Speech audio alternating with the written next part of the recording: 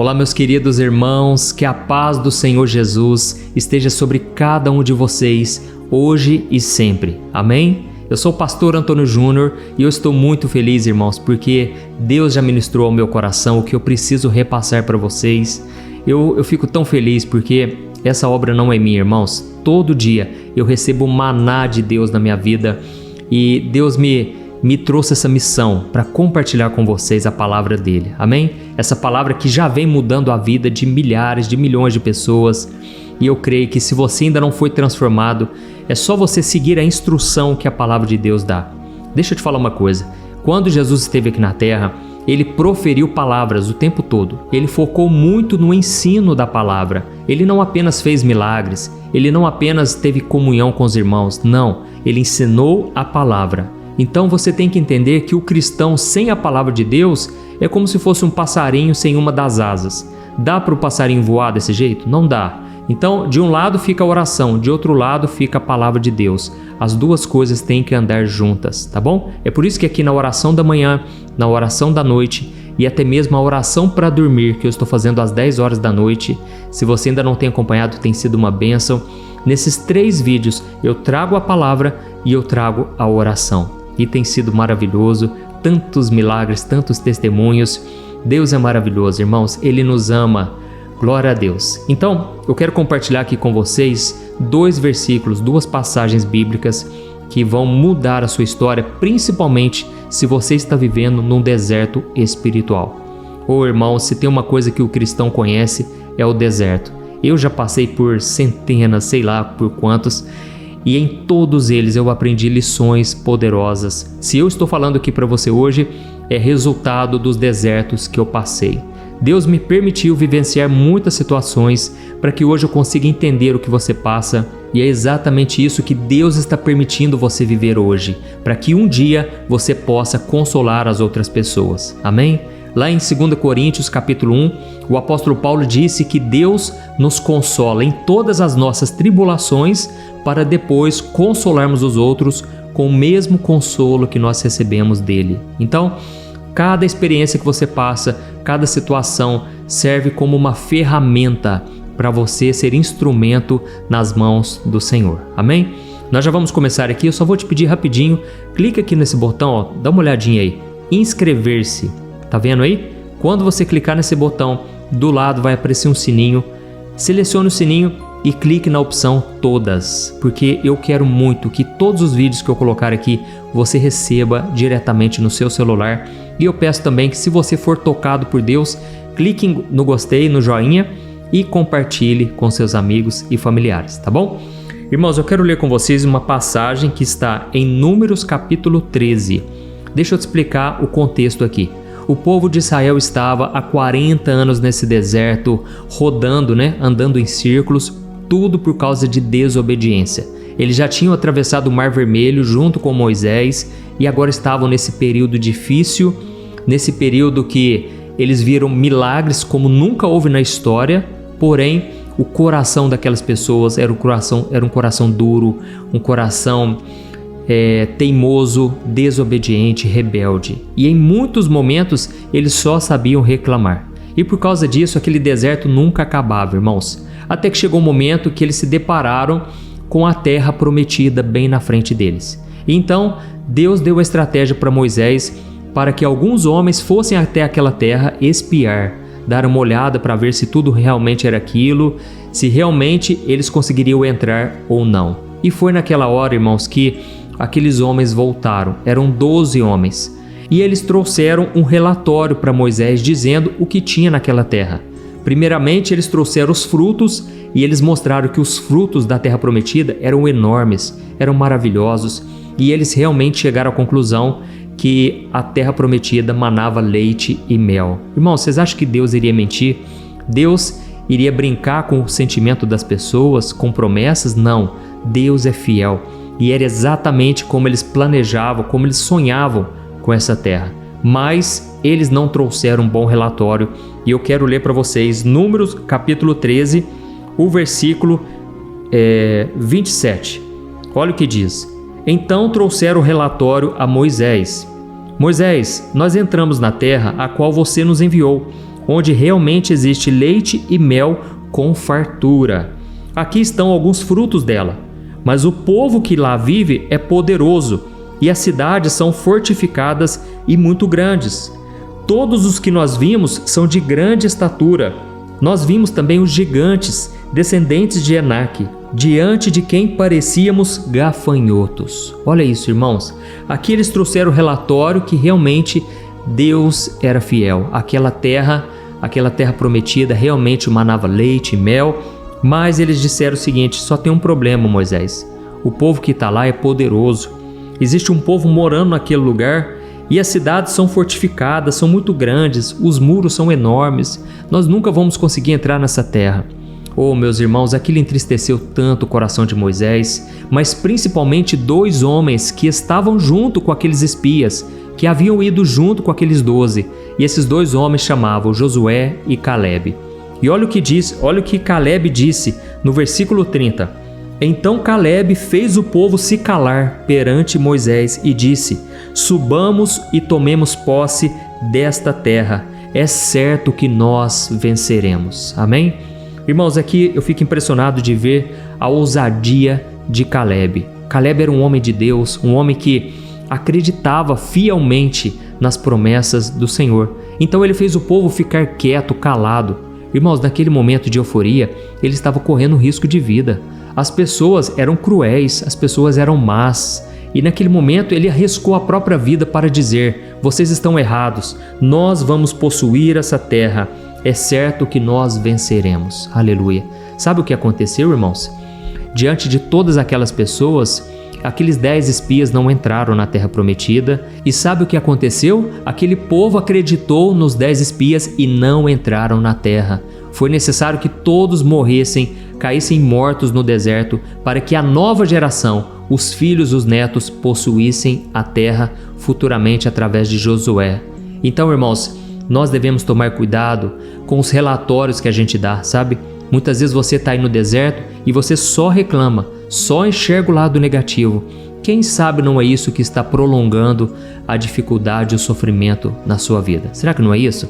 Então nós precisamos analisar exemplos da Bíblia de coisas que deram certo e coisas que não deram. E nesse caso aqui não deu certo, por quê? Eles não acreditaram. Na hora de tomar posse da bênção, eles foram incrédulos. A Bíblia diz no livro de Tiago que a pessoa que tem um coração dividido, não pense que ela receberá alguma coisa do Senhor. Sabe por quê? Deus, Ele precisa que a gente haja por fé. Nós precisamos exercitar a nossa fé. É por isso, irmãos, que todo dia aqui eu trago a palavra e depois eu oro. Por quê? Nós precisamos fortalecer a fé. E a Bíblia diz que a fé vem por ouvir a palavra de Cristo. Amém? Então, esse povo do deserto acreditou no relatório daqueles 10 espias negativos. E eu acredito que eles duvidaram naquele momento, sabe por quê? Porque eles não alimentaram a fé dele nos últimos anos. Durante aqueles 40 anos, eles podiam ter crescido espiritualmente, eles podiam ter buscado a Deus, eles podiam ter alimentado a sua fé, mas em vez disso, eles perderam tempo. Hoje eu sei, irmãos, que é uma dificuldade muito grande a gente se manter firme com Deus, principalmente por causa das redes sociais, por causa da internet. Eu sei que aqui é lugar de bênção, nós estamos aqui buscando a Deus, mas na maioria das vezes nós nós desperdiçamos o nosso tempo com coisas fúteis, e aí no dia da adversidade, no dia da gente dar o relatório, da gente sair desse deserto, a gente não consegue tomar posse da terra prometida, dos milagres, entendeu? E aí o que mais me impressiona nessa história é que Calebe, ele falou: nós vamos tomar posse dessa terra. Mas irmãos, a fé de Calebe não era momentânea. Ele era um homem alicerçado com Deus. E eu quero ler para você um outro versículo, lá em Josué capítulo 14. Aqui a nação de Israel já tinha tomado posse, aquela nova geração, né? Eles estavam já na terra prometida. E então no capítulo 14, Calebe, ele faz uma declaração linda, irmãos. Olha o que ele disse aqui, no versículo 10. O Senhor me manteve vivo como Ele prometeu. E foi há 45 anos que Ele disse isso a Moisés, quando Israel caminhava pelo deserto. Por isso eu estou aqui hoje, com 85 anos de idade. Ainda estou tão forte como no dia em que Moisés me enviou. e eu tenho agora tanto vigor para ir à guerra como eu tinha naquela época. Amém? Olha que declaração maravilhosa.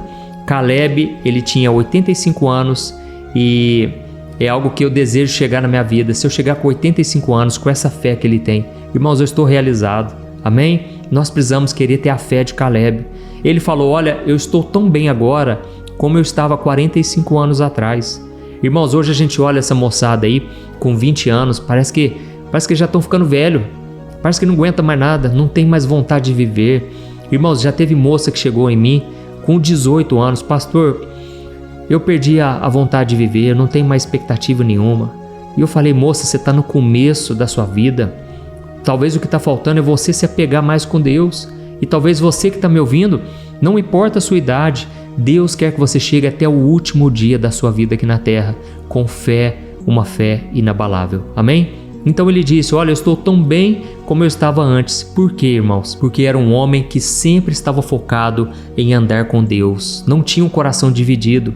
E eu fico imaginando que ao longo daqueles 40 anos, ele ficou ouvindo aquele povo reclamando, aquele povo se levantando contra Moisés, aquele povo que reclamava o tempo todo e blasfemava contra Deus. Mas o interessante é que mesmo ele estando rodeado de pessoas assim, pessimistas, desobedientes, ele não deixou seu coração se contaminar. Ele não foi influenciado pelo meio em que ele estava. Eu sei que tem pessoas aqui dizendo, mas se eu tivesse nascido numa família evangélica, se eu tivesse nascido numa família cristã, tudo seria diferente. Olha, eu sou filho de pais que não cuidam de mim, os meus irmãos me maltratam. Irmãos, na Bíblia está repleto de exemplos de pessoas que foram discriminadas, desprezadas dentro de casa. O próprio Davi, ele tinha todos os motivos para ficar se lamentando. Os seus irmãos não estavam nem aí para ele, nem o seu pai. No entanto, ele venceu aquele gigante e ele se tornou o rei de Israel. Então, irmãos, nós precisamos parar de ficar colocando a culpa nos outros, porque Deus não aceita desculpas. Ele já te deu a palavra, Ele já te entregou hoje aqui uma mensagem.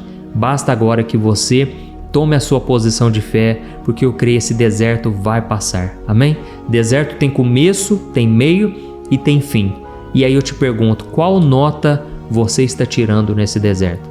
Pense aí, em qual nota? Você está reclamando ou você está glorificando a Deus? Você está se contaminando com o mundo, deixando o pecado entrar no seu coração? Ou você está procurando viver em santidade, mesmo quando você estiver passando por grandes provações? Pense nisso. Veja exemplos da Bíblia. José, por exemplo. José ficou lá na prisão, ele foi injustiçado pelos seus irmãos, depois ele foi preso.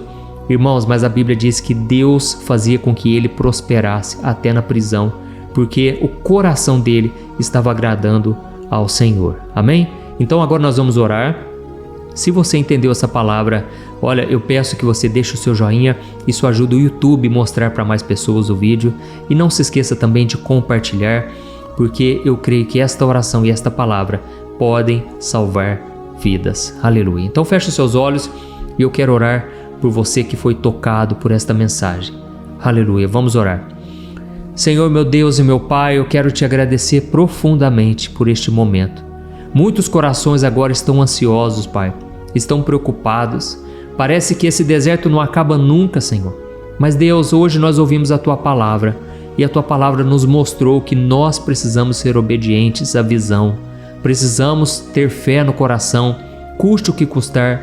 Ainda que as circunstâncias estejam totalmente contrárias, o Senhor nos manda hoje a ter uma fé inabalável. Oh, meu Pai, eu te peço neste momento que o Senhor renove a alegria no coração dos teus filhos, Senhor. Renova a alegria da salvação, que a gente possa completar a carreira da fé, guardando no coração as tuas palavras. Nós queremos ser como Josué, Pai, que quando chegou aos 85 anos, a sua fé ainda estava inabalável, o vigor ainda estava com ele.